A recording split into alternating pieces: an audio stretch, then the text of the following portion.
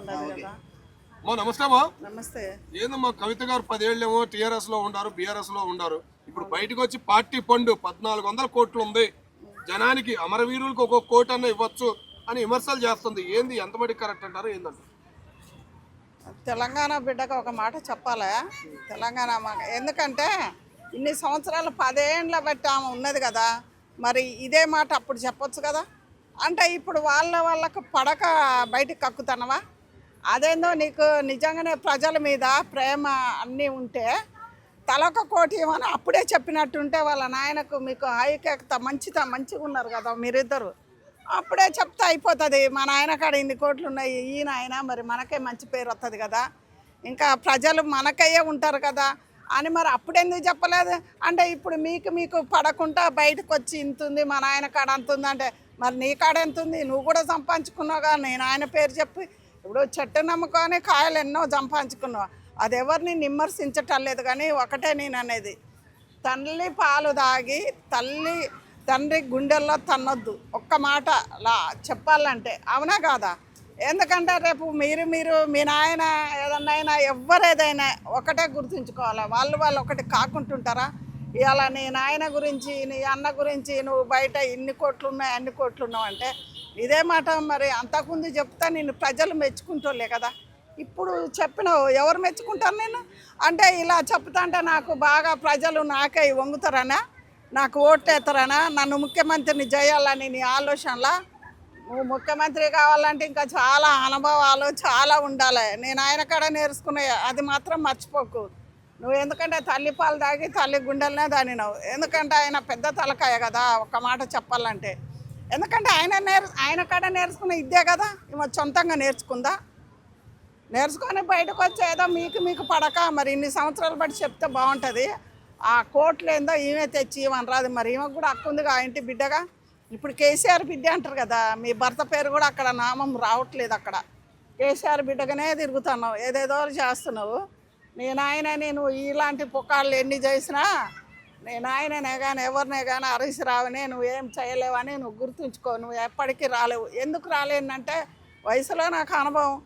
ఎందుకంటే ఏదో ఇలాంటి వాక్యాలు చెప్తుంటే ప్రజలు నాకై మాట్లాడతారేమో ఆశపడుతుంది. కానీ ఇంకేదన్నా చెప్పి నువ్వు ముందుకున్నాడు, ఇంకేనా ఆడక్కలకు మొగక్కలకు నేను అమ్మలుగా అక్కలుగా ఇలా చేస్తా నాకు అవకాశం ఇవ్వ అని మాట్లాడుతుంటే అదొక బాగుంటుంది. కానీ ఇంట్లో ఇన్ని కోట్లు ఉన్నాయి అన్ని కోట్లు ఉన్నాయంటే నువ్వే నీ అన్నని నీ అయ్యని అడిగితే మరి ఏడున్నాయో ప్రజలకు చెప్పు, ఫలాని కాడున్నాయని. ఇన్ని సంవత్సరాలు బట్టి చెప్తే నిన్ను మెచ్చుకుంటారు. ఇప్పుడు పడనప్పుడు చెప్తావా? అంటే ఇన్ని సంవత్సరాలు బట్టి అటు ఉంటే మీరే పంచుకుంటారు కదా. ఉన్నాయో లేవో మనకు కరెక్ట్గా తెలియదు. నేను కాకపోతే అడుగుతున్నా అంతే. అంటే ఇప్పుడు పార్టీ పండు చెప్పింది, మరి ఈమె ఎంత సంపాదించిందో ఏందనేది ఈమె కూడా చెప్పాలని కొంతమంది విమర్శలు చేస్తున్నారు. అది నేనే అడుగుతున్నా. మరి ఈమె కూడా ఇన్ని 10 ఏళ్ళు 12 ఏళ్ళు అంతకుముందు కూడా జాగ్రత్త ఏదేదో ఉన్నావు.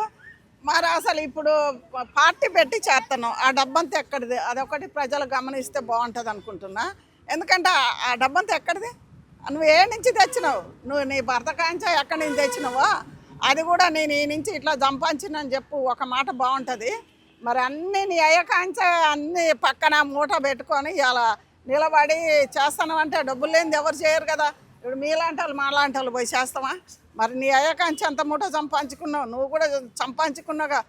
అది ఏదైనా ప్రజల సొమ్ము, ఇది నేను పక్కా చెప్తున్నా, ఇది ప్రజల సొమ్ము. కాకపోతే అందరూ ఏమంటారంటే కేసీఆర్ గారు తిన్నా కానీ ₹1 మాకు పెట్టిండు కదా అని ప్రజల నోళ్ళల్లో ఉంది. న్యాయం అయినా అన్యాయం అయినా ఏదైనా ప్రజలకు తెలుసు. కానీ ఈమె చెప్తేనేనా పనసు ఉన్నది. ఒకళ్ళ గెలితే ప్రజలకు ఇస్తాడో ఏం చేస్తాడో. ఇలా నువ్వు గక్కినావు కదా, నువ్వు మరి నీ కాడ ఎంత ఉందో నువ్వు కూడా బయటికి తీసి ప్రజలకి రైతులకి మెయిన్ మైండ్లో పెట్టుకునేది ఎవరిని? రైతులనే కదా. రైతులు చేయబట్టే మనకి బుక్క లోనకు పోతుంది. అదొకటి ప్రజలు గమనించాలి. ఓటు వేసినా వేయకున్నా ఎవరైతే మాకు బాగుంటుంది, ఎవరైతే మాకు ఈ పల్లెటూరే కానీ ప్రతి ఒక్కళ్ళకు మంచి జరుగుద్ది అన్నదే ఒక్కటే మైండ్లో పెట్టుకొని ప్రజలు. అప్పటోళ్ళు చదువుకోలేదు కదా, ఇప్పుడు అందరూ చదువుకున్న బిడ్డలే ఆలోచించి ఓటేయాలా, ముందడిగేయాలా. ఇలా కవితమ్మ చెప్పిందని పొంగిపోయి మనం కేసీఆర్ని ఎవరినైనా విమర్శించొద్దు. నిజాలు బయటకు వస్తూనే ఉంటాయి.